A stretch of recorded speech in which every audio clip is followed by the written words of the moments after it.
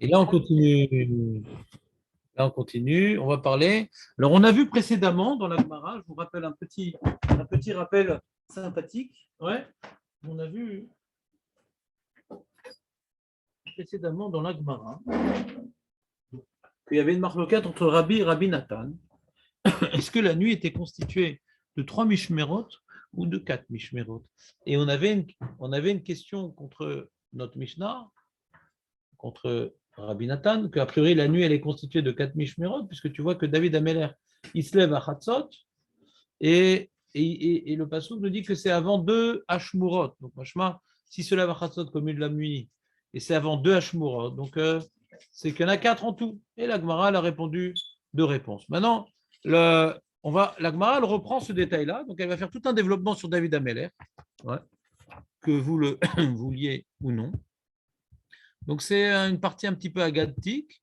Donc on va pas s'éterniser, parce que moi, le but pour moi d'étudier avec vous, Brachot, c'est essentiellement d'établir en vous des halachot clairs sur le vécu religieux quotidien.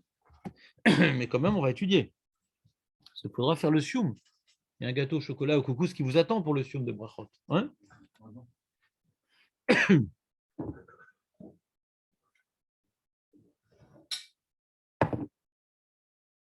Donc on est dans la Gemara Gimel Hamoud Bet. Et on est dans les grandes lignes 1, 2, 3, 4, 5, 6. Et la Gemara, elle demande, c'est moi. La Gemara, elle demande, mais David, quoi vraiment? Mais David, Bepalga, de l'Alia, Havakai.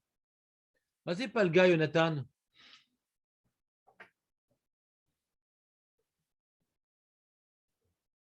Au milieu, Khazak.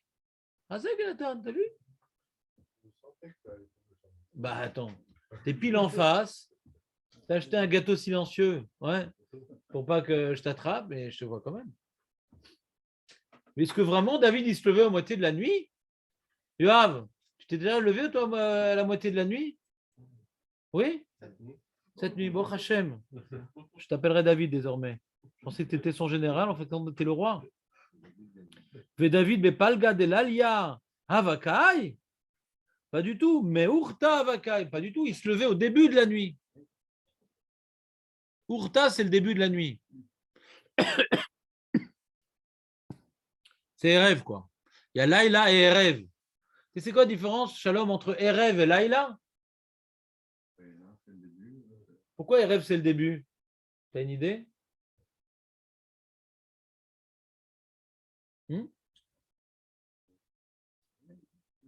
Erev, c'est le début de la nuit, parce que c'est le moment où les formes commencent à être brouillées. À Kol Mitarev.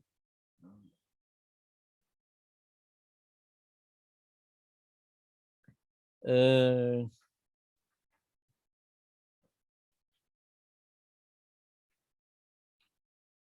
Est-ce qu'en araméen, Erev, c'est Urta, parce qu'il y a encore un peu de lumière, je ne sais pas. Il y a un tas de lumière, Urta, ouais, je ne sais pas. En tout cas, Dirtiv, elle rapporte un passou dans Teilim, qui damti va nechef, nechef va achavea. Ouais, comment dirais-je, je me suis levé avant le nechef. Au moment du nechef, il s'est levé. Qui damti, c'est avant les autres, quoi. Voilà, je me suis avancé dans le levage pour me lever, Nechef. Et Nechef, on va voir que après, ça veut dire le début de la nuit. D'accord? Nechef, pas Nefesh. Nechef. T'entends, José, c'est pas Nefesh. Ben je sais, José, je connais les erreurs classiques. Né, chef. Né, chef. Comme ça, il faut retenir. Né, chef. Tout chef a un bon nez. Vachavea. C'est quoi Chavea? C'est de crier Hachem. Ouais, c'est Tsoek Batfila. T'as compris ou pas? Ouais. Le Rashi te dit, mais Urta, c'est mitrilat alayla. Agmaral demande, ah, t'as un pasouk alors? T'as un pasouk, on voit que David Ameller, il se levait au début de la nuit. Ah, tu m'as eu. Tu m'as eu, tu m'as eu, tu m'as eu. Mais qui dit au fait que Nechev, c'est le début de la nuit? Tu m'as eu. Attends, moi, je me fais pas avoir comme ça. Nechev, je me dis, ah, on voit du pasouk que David, il se levait au Nechev. Agmaral demande, ou Mimaï? Et d'où tu sais que Aïe Nechev, Urtaou? Que Nechev, c'est le Erev. Donc, c'est le début de la nuit. Ah si, bah oui, j'ai un pasouk. Qu'est-ce que tu crois? Dirtiv, Beneshef, Be'erev, Beneshef, virgule, c'est un pasouk dans Mishneh. Be'erev yom, Be'ishon laila va'afela.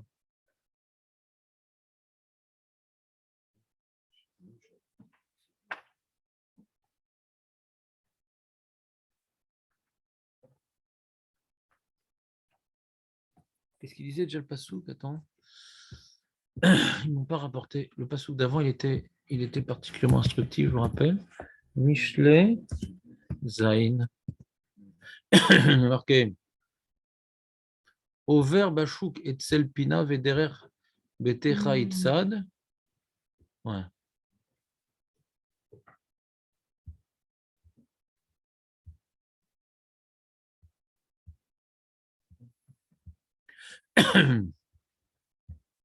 On parle de quelqu'un de nous protéger de la femme étrange. Ouais.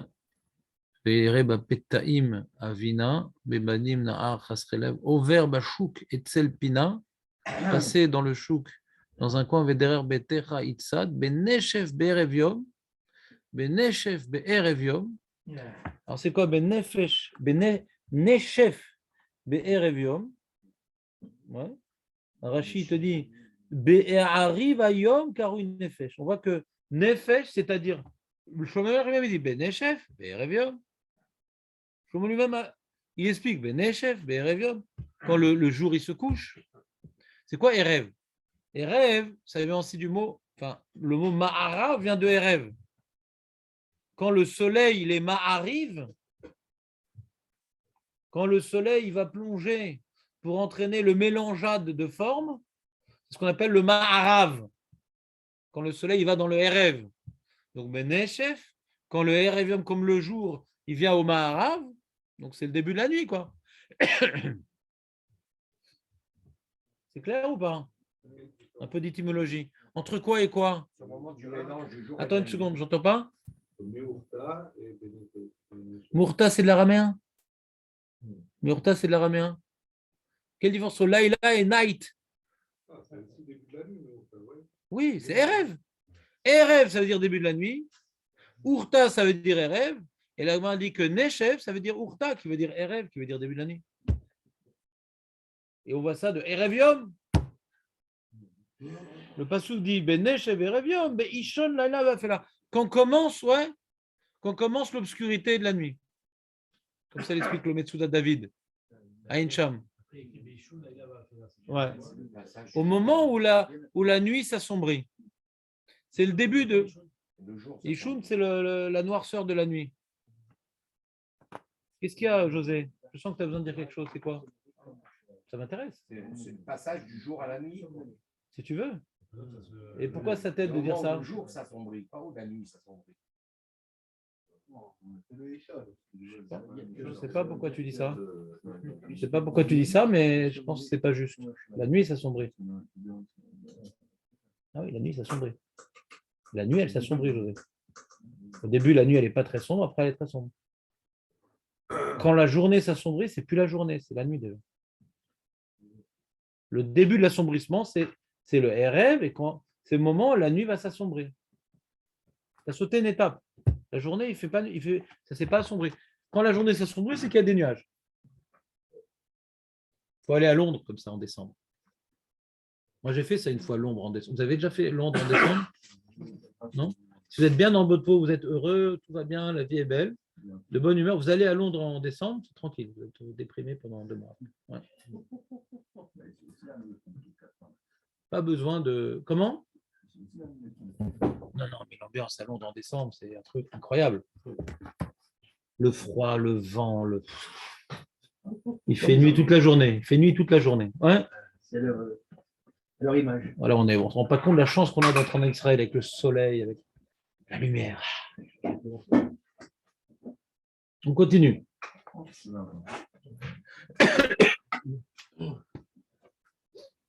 continue. Donc, on a un problème. Reprenons donc le sujet parce que là, on s'est perdu dans les détails étymologiques. Ouais.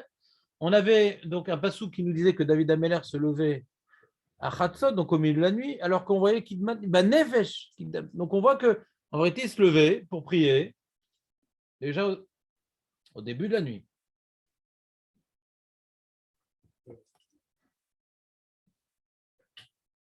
Alors, on a trois réponses, les Amoraïm. Amar Rav Oshaya, Amar Rabbi Acha. Achi ke Amar. Comme ça, il faut expliquer le passouk de Chatzot. On dit que David, il s'est levé. Ouais. À Chatzot, Léodot, l'Hachem, afin d'être modé Hachem. De quoi il parle le passouk? Mais Olam, lo avar alay Chatzot Leila Beshena. Ce passouk ne dit pas le loose, l'emploi du temps de David toutes les nuits. Le passouk ne dit pas ce que faisait David chaque nuit. Que chaque nuit, il se levait à Chatzot, nisht. Est-ce que David Améler faisait tikkun Chatzot? Nisht. Il ne se levait pas toute la nuit à Chatzot, David Améler. Quand on disait que je me levais à Chatzot pour être l'odot de l'Hachem, c'est-à-dire que je ne suis jamais resté dans mon lit à Chatzot. À Chatzot, j'étais déjà en train d'être modé l'Hachem. J'étais déjà en train d'être modé l'Hachem. Alors, des fois, je me levais au RF, des fois un peu plus tard. Ouais. Mais en tout cas, à Chatzot, j'étais déjà modé l'Hachem. Traduction ici, il y a marqué jamais minuit passé. En traduction, il y a marqué jamais minuit passé. C'est une expression qui existe? Je sais pas. On va l'instaurer, cette expression. Non, c'est-à-dire que c'est toujours levé avant. Exactement. Et j'ai entendu une voix qui s'est levée du fond. Est-ce que c'est la voix de Jonathan, la voix de Jérémie, la voix de la raison? Comment? Ah non, mais c'est dommage, Jérémie. C'est dommage, on a commencé par ça.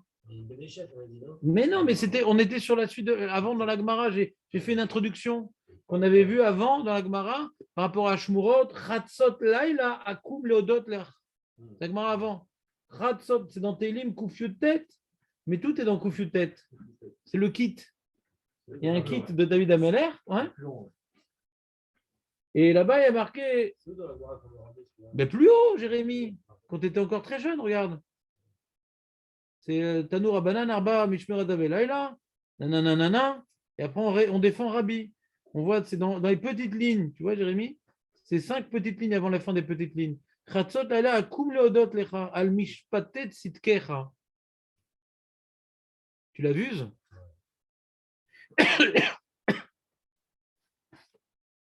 Alors, donc, on a la première réponse, qu'il a jamais été horizontalement couché à minuit. À minuit, il était déjà debout. Quand est-ce qu'il se levait? Bah ouais, Nechef. En tout cas, il était déjà modé l'Hachem. Akum laodot, ça veut dire que c'est l'heure où il se levait. C'est l'heure où il se levait pour être modé, mais il ne se levait pas forcément à Chatzot. Deuxième réponse, celle de Rabbi Zera.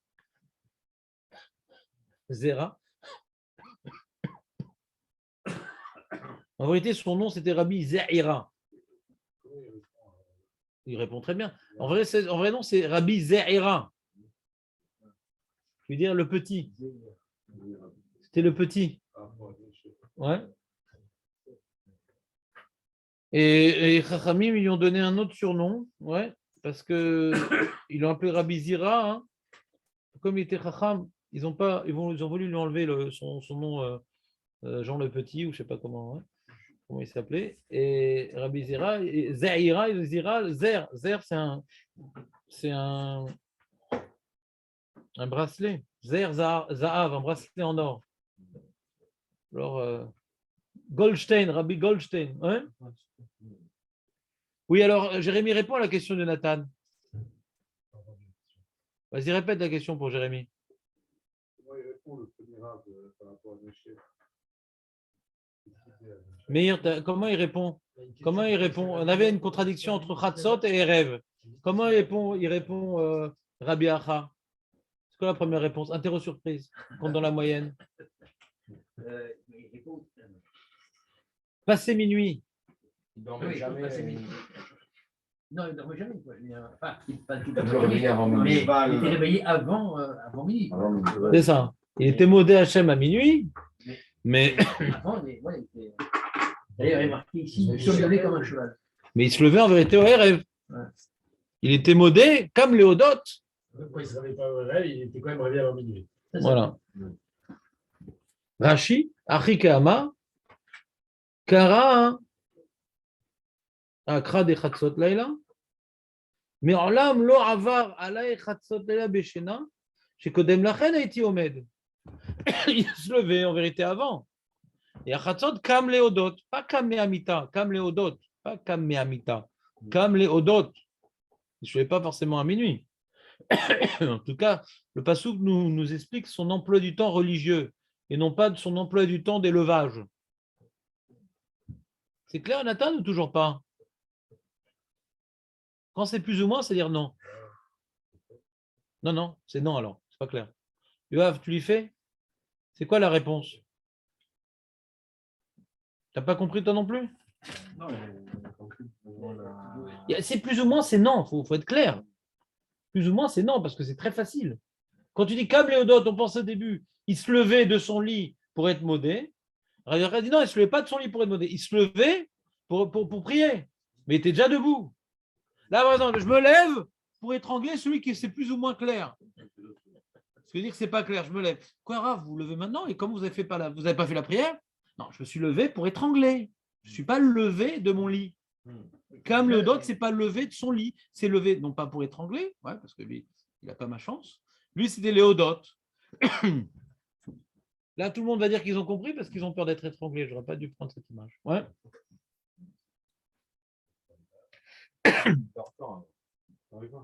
Bah, pendant le jour, comme vous. Ouais. Hein? Non, c'est Shalom.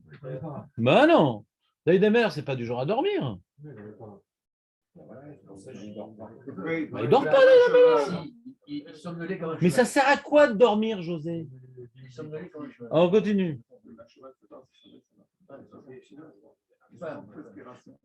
Comme Ibrahim Sous. Allez, on continue. Deuxième petit rouge, on a Rabbi Zera. Et on va plus vite quand même. Mais de toute manière, il faut ce feu rouge parce que sinon, on peut comprendre que l'Olam va avoir la Khatsot Beshana, on peut comprendre que bon, il touchait après Khatsot. On continue. Chazak. Atratzot, Laila, Aya. Non, mais les amis, je vous explique. Là, c'est des Agadot. Ouais. Moi, j'aimerais vous apprendre à la Chod Kriyat Shema, la Chod Brachot, Birkat Amazon, Zimoun, Tfila. Ouais. Je ne vais pas être miselzel dans les Agadot. Donc, je vais essayer de vous expliquer de manière pédagogique ce qui est écrit, mais sans non plus qu'on en fasse un plat. Ouais. Donc, si vous ne comprenez pas, mon numéro de téléphone, vous l'avez. Ouais. Vous m'appelez, je vous explique tous les détails qui vous intéressent, mais en chiour, on va essayer d'être assez efficace pour ne pas s'éterniser sur la gadote. Deuxième explication, Atratsot, Alayla, Aya, Mitnanem. Ah, qu'est-ce que vous avez dit? C'est l'histoire du cheval. Alors, moi, je n'ai jamais été un cheval, donc ceux qui ont eu ce vécu antérieur, qui nous racontent. Je ne sais pas comment ça se passe, les chevaux, mais ils dorment debout, c'est ça, non? Ouais. Ils dorment debout. Enfin, oui. Il dorment toutes les 60 respirations, il se réveille. Non, c'est ce que la Gemara dit, mais en vrai, ouais. Ah oui, non, pourquoi debout? Ben, je sais, c'est peut-être vrai, ouais, j'imagine. Est-ce que c'est un machal? Est-ce que c'est un truc? Je ne sais pas, moi, je ne connais pas les chevaux, comment ils dorment. Ouais. Somnolé, quoi. C'est que. Non, pas debout. Ben, ils ne se couchent pas, les chevaux. Ils se couchent, les chevaux? Ah, ils se couchent, les chevaux? Oui, c'est tout. Ben, risque de s'endormir profondément, il faut qu'ils fassent gaffe. Après, ils vont être relax sur la Gemara. Ouais, mais ça bouge. Non, mais en fait, c'est parce que- Ah, ils se couchent, les chevaux? Je ne connais pas, moi. J'ai pas... Et toi, Jonathan? À me poser une question, là, attention. Même quand tu somnoles, tu es sûr qu'ils vivent. Allez, on continue, les amis. Mikan ve'elar, aya mitgaber kari. Donc, quand il est marqué que Baneshef, il était en avance, C'est-à-dire il était somnolent déjà en Nechef. Déjà somnolent. Mais à Khatzot, ça y est, il était debout et il faisait ses prières pour Hachem. Il avait deux étapes de sommeil, David Amelech. Un sommeil comme ça, comme certains pendant le shiur, ouais. Et après, il se réveillait bien, ça c'est la fin du shiur pour aller travailler, ouais. Il y a deux étapes dans le sommeil. D'accord? Je pense que l'image était claire, ouais. C'est du vécu. Rav Ashi Amar, Aya Osek, Bedivre Torah, Mikan Ve'elar, donc Aya Osek, Bedivre Torah, Mikan Ve'elar, Beshiro Betishbachot. Le Passouk nous dit qu'en vérité, Beneshef, Idamti pour l'imot Torah, donc il étudiait la Torah jusqu'à Chatzot, à partir de Chatzot, il priait. Alors si tu me demandes, mais quand est-ce qu'il dormait, demande José. Et moi je dis, mais ça sert à quoi de dormir? Mais José, mais quand est-ce qu'il dormait quand même? Quoi la différence avec Rabbi Yoshi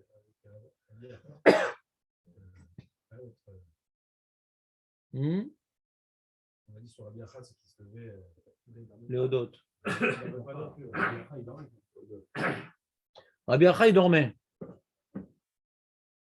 Ouais. Il dormait, mais bah, il rêve. Ouais.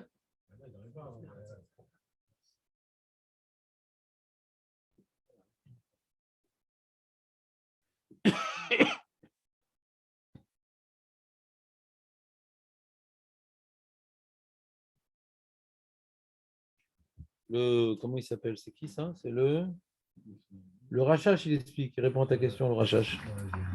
T'as vu? Qu'est-ce qu'il dit, le Rachash? En général, il ne sait pas dormir, mais même quand il dormait, il essayait au moins de se réveiller pour. Voilà. Alors que d'après le troisième tirout, on est un peu embêté. Quand est-ce qu'il dormait?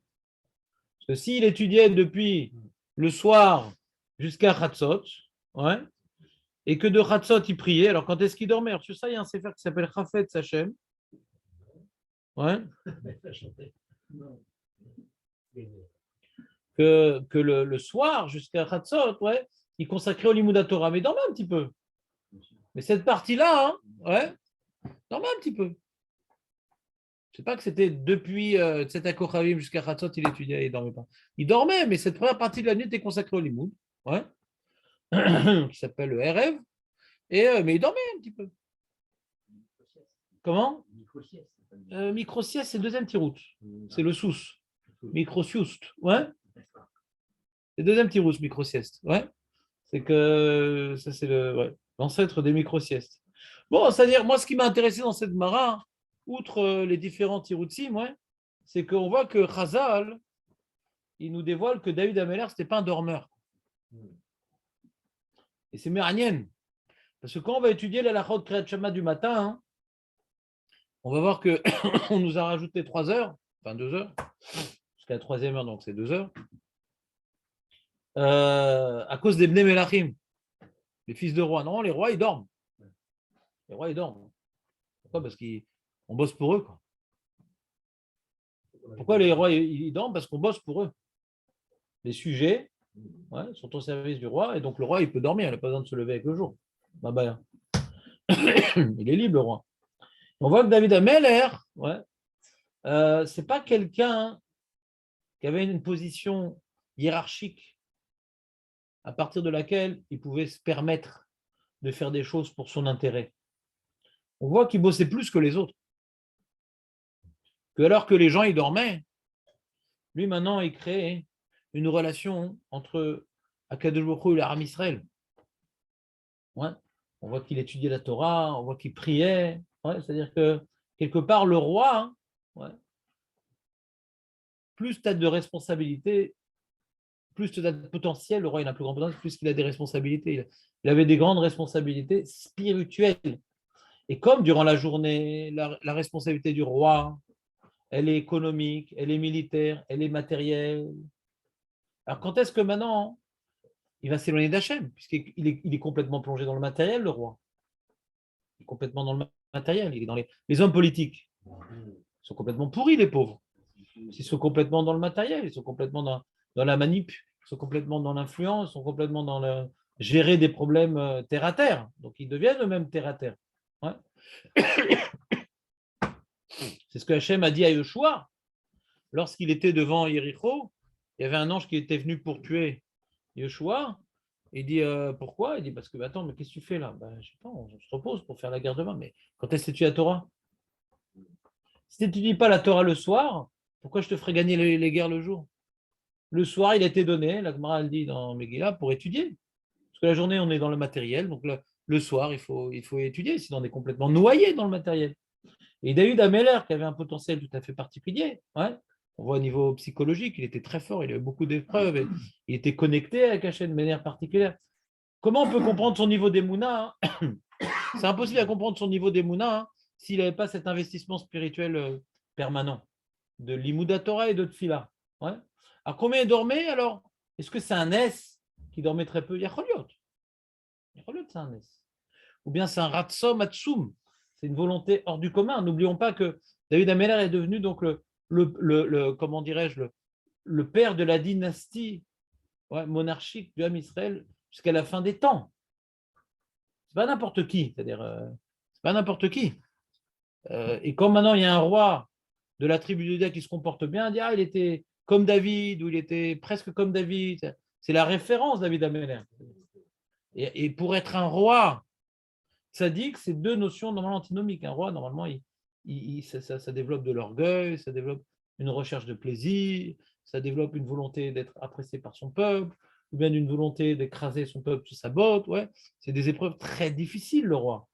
Très difficiles. Comment David il a pu arriver à un tel niveau spirituel, alors que la journée, il était occupé à faire tellement de choses qui vont à l'encontre de notre proximité avec Dieu. Eh ben, sa nuit, c'est la nuit a fait de David ce qu'il a pu devenir.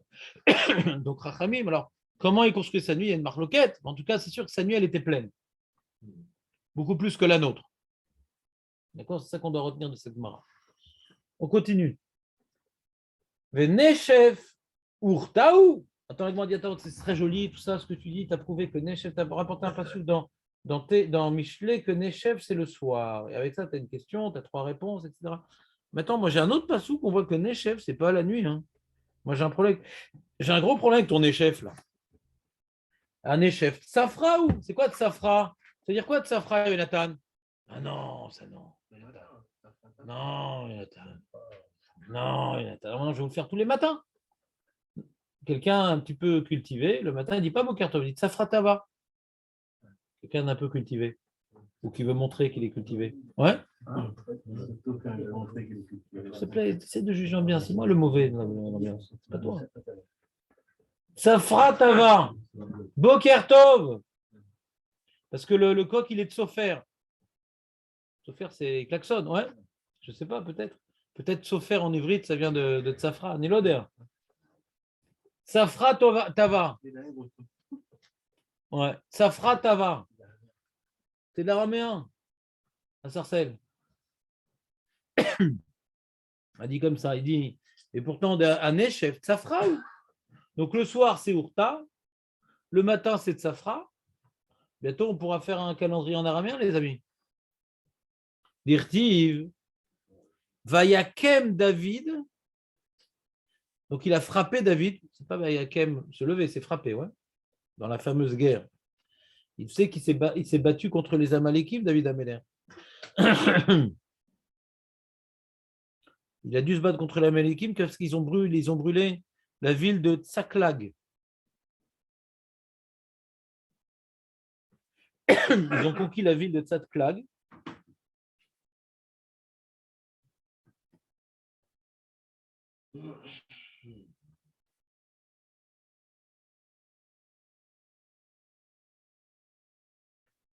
Et alors, il a décidé, David, d'en découdre avec les Amalékim.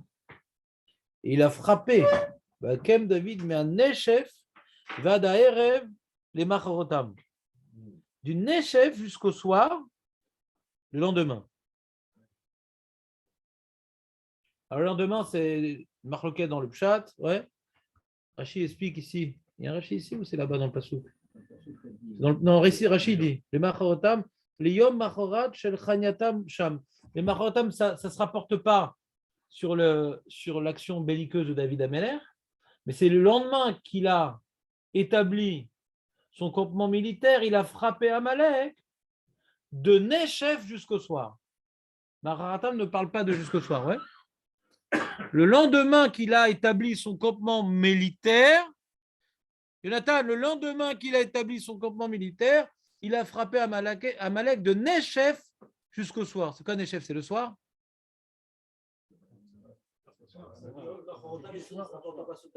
Ouais. Ça ne voudrait pas dire du soir jusqu'au soir du lendemain. La Gemara, elle pose la question. Moi, je n'avais pas cette avamina, mais la Gemara, elle l'a eu. Comme j'ai tout de suite la réponse de la Gemara, je n'avais pas cette avamina. On va voir. Bon, je respecte votre avamina parce que la Gemara, elle l'a eu. Sinon, je vous aurais massacré. Vous avez de la chance.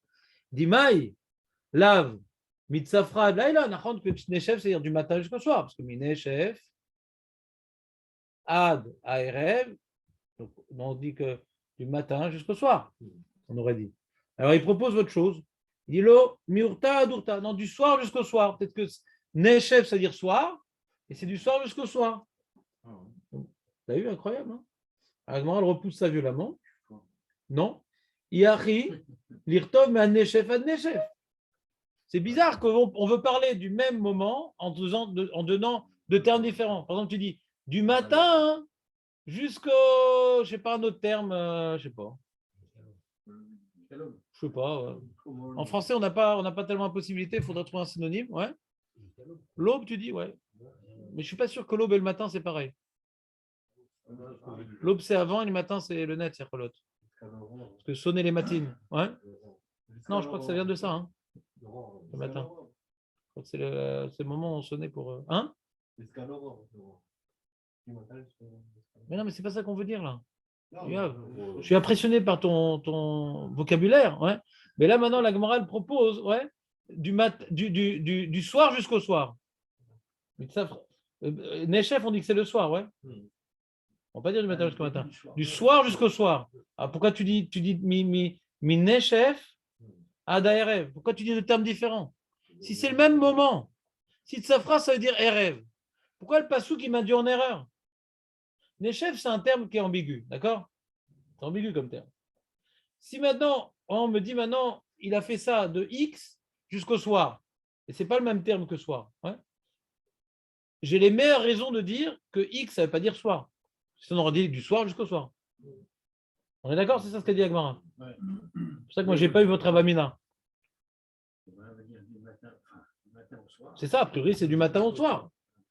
Et là, Amarava, donc l'Agmara, elle reste sur cela. Alors, on dit ou bien dire Minechef ad Nechef, ou bien rêve à des rêves. Mais qu'est-ce que tu viens de donner un terme ambigu ouais, au début de la phrase pour dire le soir, et après tu dis clairement le terme de soir. Minechef a des rêves, et Nechef c'est des rêves. On dit, mais rêve à des rêves. C'est beaucoup plus clair. Pourquoi tu m'embrouilles? On voit qu'il n'est pas clair le mot Nechef, déjà, quand on dit que Nechef est un quoi. Non, il n'y a pas de marque locale dans le plat là-bas. Oui, il n'y a pas de marque locale. Tu dis, Shlomo Meller, il explique. On a besoin de répéter. Ouais. Pas très clair, quoi. On va voir. Après qu'on ait vu la réponse avec Mara, on reprendra tes propos, Jérémy. Bonne remarque. Et là, Amar Rava. Donc, Rava, comment il explique? Très niche fait à vous. Il y a deux Nechef en vérité. Il y a Nechef Leilia, Veate Yamama, Ve Nefesh, Nechaf Yemama, Veate Leilia. Nechef, c'est le passage. Alors, ça peut être le passage de la nuit au jour ou du jour à la nuit. En général, c'est le jour à la nuit. En général. Ouais, pour ça que la Gemara, dans la Vamina, elle avait clair dans sa tête que Nechef, c'était la nuit. Enfin, c'était le soir. Mais on voit parfois hein, que Nechef peut exprimer également hein, le début du jour. Alors, c'est le début de la nuit. Ouais. Mais ça peut vouloir dire aussi le début du jour. Est-ce qu'on peut dire aussi la fin de la nuit? Non. Oui, mais ça revient au début du jour. Ouais. Non, ça. Non, c'est pas ça. Non, c'est pas ça qu'il dit. Il dit Nechef Laila Vateyama. Ah, c'est ça que tu veux dire, la fin de la nuit ou la fin du jour. Ouais. Alors la fin. Mais à chaque fois, c'est le même terme. Ou c'est la fin de la nuit, ou c'est la fin du jour. Mais c'est la fin. Les chefs, c'est la fin. La fin des chefs.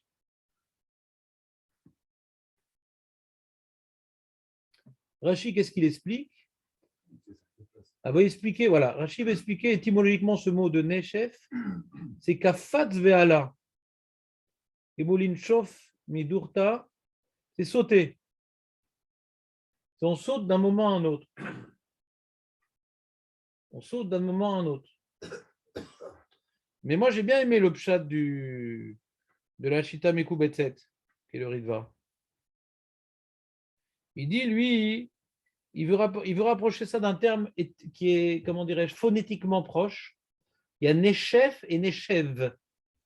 Nechev, c'est souffler. Ouais, ma Shiva Ruach. Nechev, c'est Milachon Neshiva et Pricha. Ouais, il y a marqué Nashafta Beruchacha. Nashafta Beruchacha. Dans la Azashir Moïse. C'est quoi? C'est que Hachem, il a fait souffler avec son vent. Ouais. Donc, c'est-à-dire, quelque part, c'est le vent, il vient déplacer des choses. Ouais. Oui, c'est le moment où le jour souffle vers la nuit. C'est un passage, le vent. Vous voyez ce que je veux dire ou pas? Non, un peu. C'est imagé, c'est joli. C'est un terme poétique. Ivrite. Donc, si tu veux faire une belle poésie en ivrite, il faut le placer, hein, ce mot. Moi, quand j'ai fait le bac philo, j'ai appris tout plein de citations, tout plein de mots très compliqués. Il fallait que je les place. Ouais. Alors, si vous faites un texte un peu comme ça poétique, peu importe c'est quoi le sujet, les chefs, c'est partie de ma liste.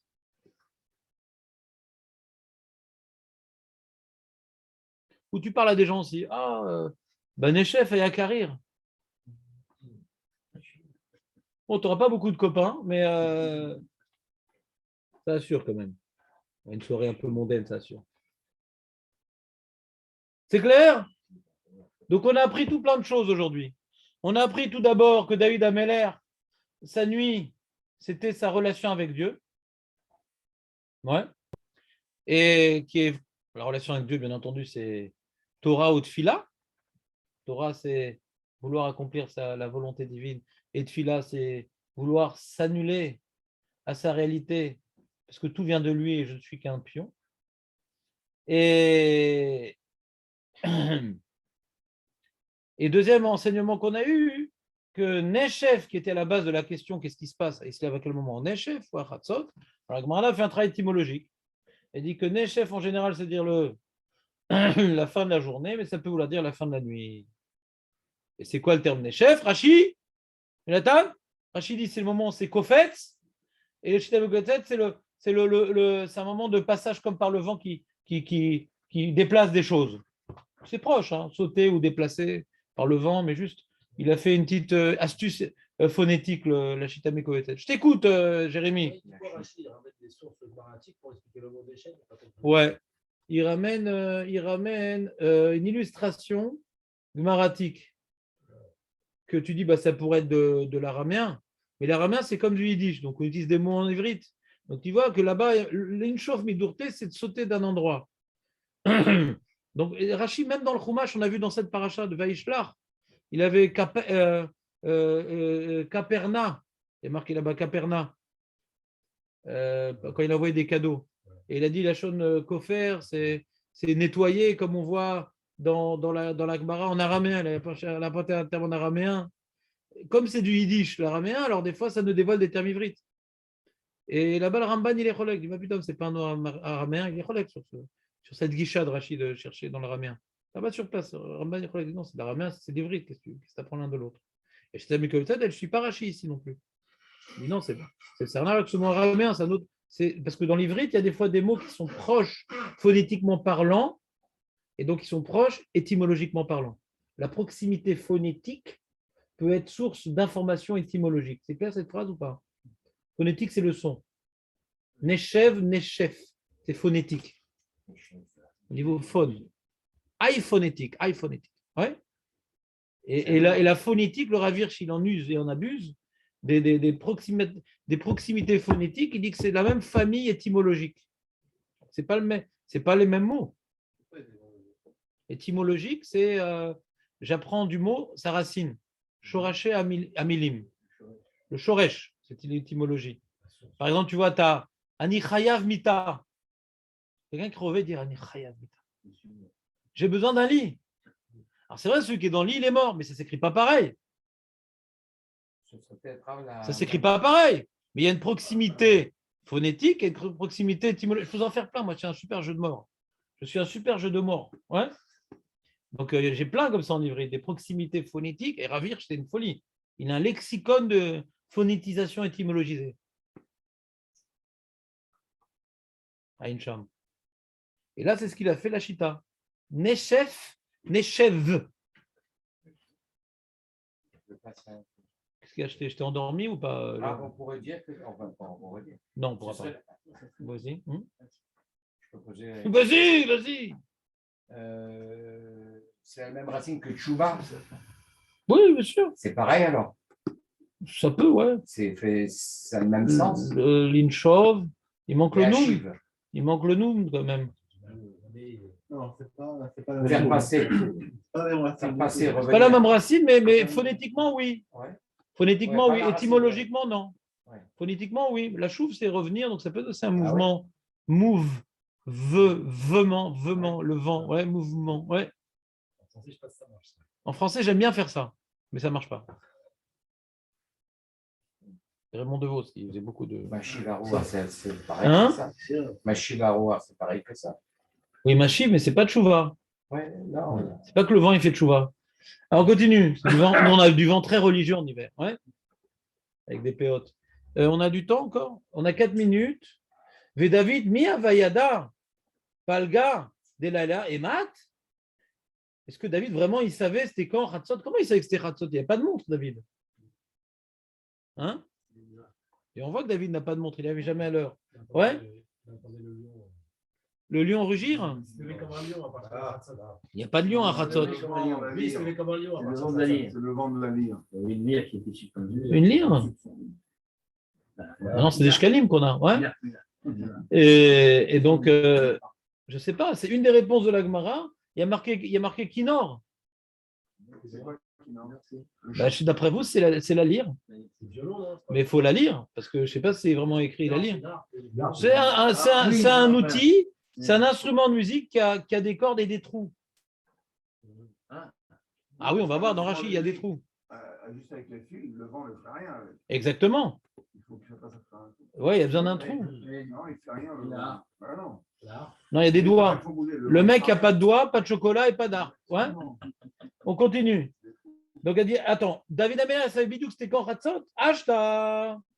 Mais maintenant, Moshe, Rabbeinu, lui, il ne savait pas quand est-ce que c'était Hatzot. David, lui, il savait. Nous, on voit que Dirti, on voit dans Moshe Rabbeinu, il ne savait pas c'était quand Hatzot. Et marqué, quand il a dit à Paro, Makat Bechorot, il a dit, Kachatzot alayla, niyotze betor Mitzraim. Il a rapporté que Hachem, il va descendre. Que Moshe il va descendre en Égypte à Hatzot et ils vont mourir tous les premiers-nés. Maïk à Hatzot. Pourquoi marquer Kechatzot? Pourquoi marquer Kechatzot? Approximativement à Hatzot. Pourquoi dire approximativement? Dire Hatzot. Ilima de Amarle Kucha Berichou Kachatzot. C'est que Jochou lui a dit Kachatzot. Quoi? Hachem, il a pu lui dire approximativement à Hatzot. Mikasfeka. Kameshmaya, est-ce que Ika Mazé, Ika Jonathan Chazal, Mika Sfeka, est-ce qu'il y a un Safek Kameshmaya devant le ciel, devant Dieu? Il a Hachem dit bon, je vais sortir à peu près à Ratzot, hein, bon, ne me prends pas au mot. Et là, de Amarle, donc Jochou, il a dit ouais, à Moshe Bachatzot. Et Moshe, il a changé, tu te rends compte, c'est un truc incroyable, ça, on pourrait rester des jours sur cette notion. Moshe, il n'a pas répété. D'après cette explication, Moshe, il n'a pas respecté textuellement l'information divine. Il n'a pas dit à Paro que à Hatzot Bidyouk, Hachem, il va faire Makat Bechorot. Non. Parce que Paro, il va regarder ses montres, je ne sais pas quoi. Il dit attends, on a vu, c'était pas Hatzot. Il va se tromper, il n'a pas de montre aussi, Paro. Et il cherche à dire que c'est faux. Il est de mauvaise foi, Paro. D'accord?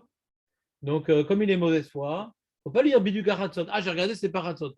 Bon, c'est bizarre parce qu'ils sont quand même tous morts, les Bechorot. Ouais. C'est quand même un miracle. Mais bon, quand tu es de mauvaise foi, tu dis ouais, d'accord, ils sont morts, mais ce n'était pas Haratzot, j'ai vérifié. On dit approximativement Haratzot. Ouais. Pour pas, hein. Ça, c'est, on va voir. On va voir, c'est une des réponses de l'Agmara. En tout cas, pour l'instant, hein, l'Agmara, avant d'arriver à cette notion-là, ouais. Donc, si maintenant Hachem, il avait dit Karatot, pas possible, Karatot, Hachem, il s'est bidiouk. Et lui, il a da, et donc Moshe. C'est pas le passage qui est Khatot à l'aide, c'est le temps d'Israël, c'est quand Hachem parle à Moshe. C'est quand Moshe parle à Paro. C'est Moshe qui parle à Paro. C'est des là, tu propos d'Hachem à Paro. Oui, qu'est-ce que Hachem lui a dit? Il répète à Paro. Il répète à Paro ce que Hachem a ordonné à Moshe de faire. Et il a changé. La Gemara il a changé. Donc on voit que s'il a changé, au début la Gemara dit pourquoi il a changé. Parce qu'il ne savait pas. Parce que Moshe ne savait pas.